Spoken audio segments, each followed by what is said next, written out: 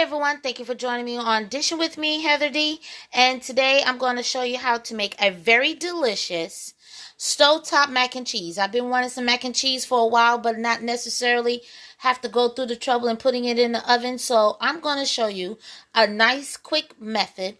And it is still going to have that nice delicious cheesiness with that stretch. So we're going to start with some flour. I have 2 tablespoons of flour here. I have 1 cup of regular milk. I have a can of the evaporated milk.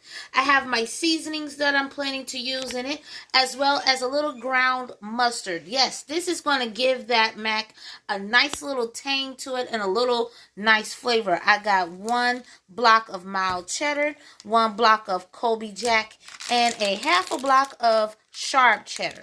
I have my macaroni here and in a bowl here, because once my macaroni cook, I'm going to use the same pot to make my bechamel or my roux for my mac and cheese, and I am going to grate this cheese. You can use the already grated, but like, you know, when you buy it, it has those little starches on it and it doesn't give you that texture that you may want for your mac and cheese. I mean, you know, to each their own. I do use that already shredded cheese sometimes, but this time I wanted to grate my own.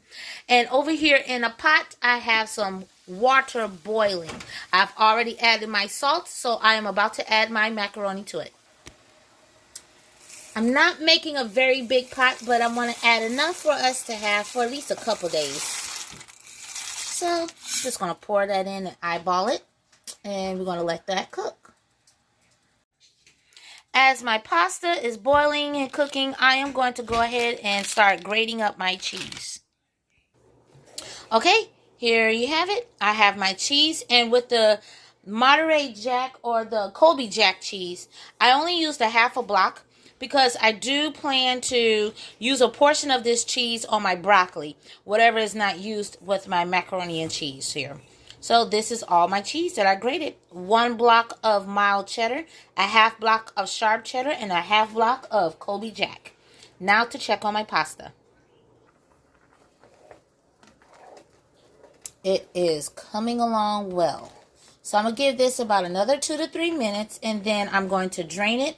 And I'm going to use the same pot to make my bechamel sauce for the macaroni and cheese.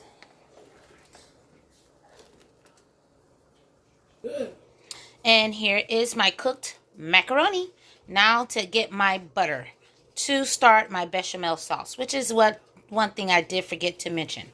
I'm going to use some real butter, not margarine, butter. So let's see how I get this going. Okay, using the same pot, I have added my butter. I'm letting that melt some, and then I'm going to go ahead and add my flour.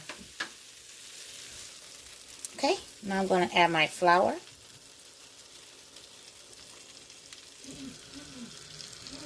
And like I said, that's only about 2 tablespoons, and I'm going to give this a stir.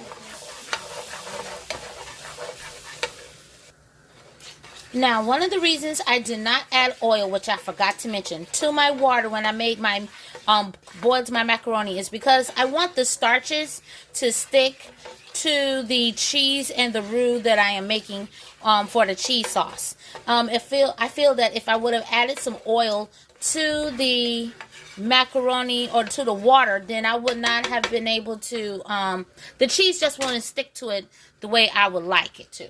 So now that I have my butter and my flour already cooked, I'm going to add my milk.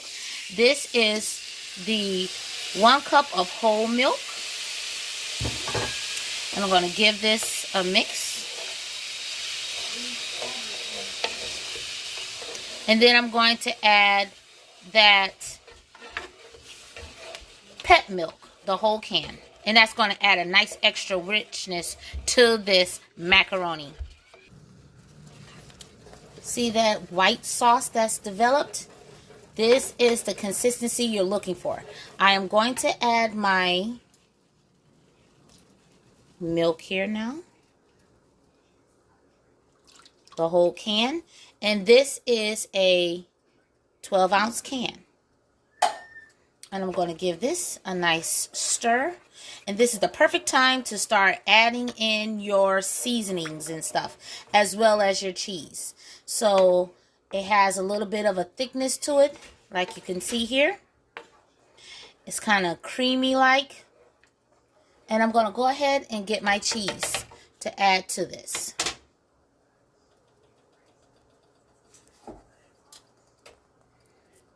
And I'm going to add this a little bit at a time, according to how much I would like in here. Because like I said, I'm going to share some of this cheese with some broccoli that I have on the side. Ah, yes. That is perfect. That is approximately about 1.5 cups of grated cheese. I'm going to mix this all up.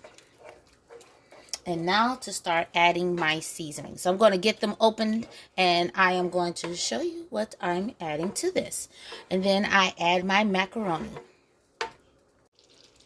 Okay, as you can see, our sauce is nice and thick. Now to add the pasta that has been cooked.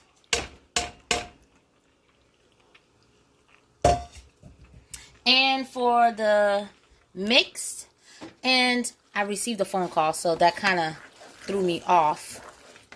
But look at that sauce. Look at that cream sauce.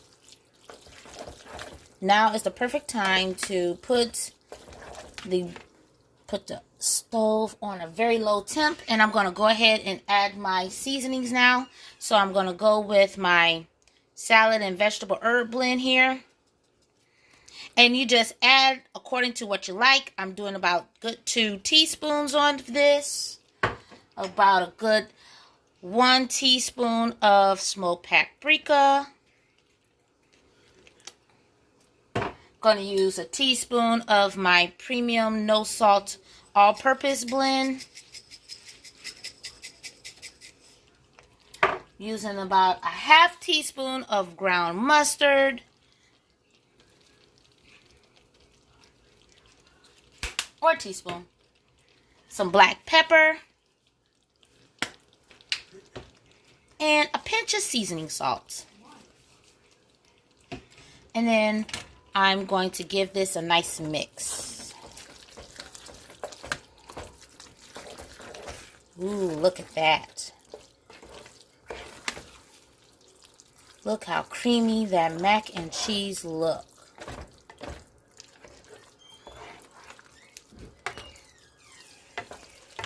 And it's going to stick so nicely to the pasta because I did not add the oil. Now, I don't knock anybody that do add oil. And because I wanted my mac and cheese to have more of a cheesy, stringy texture, I went ahead and just crumbled up the leftover or the other half block of my Colby Jack. And then I'm going to give this a mix. And then I am going to let this sit on a very low temp so that those seasonings can soak through that mac and cheese and give that Colby Jack a chance to melt. I'm going to let this sit and simmer on low temperature, very low temperature, because you don't want this to stick. If you have a really good non-stick pot, and this is pretty good at non-stick, then you should be okay. But I'm going to let this simmer for about a good 5 to 7 minutes. Just long enough for those seasonings and herbs and stuff to soak through and marinate. And, of course, let that Colby Jack cheese, finish going through. And we will be right back. After 5 minutes, this is what your creamy mac and cheese should look like. Nice, and you hear that? Means your texture is just right. So if you like this video, please click like, share, and subscribe. And leave a comment down below if this is a recipe that you would like to try.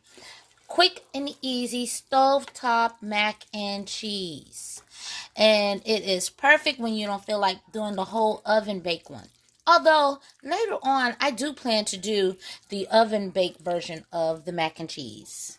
But for now, this is what we're going to have.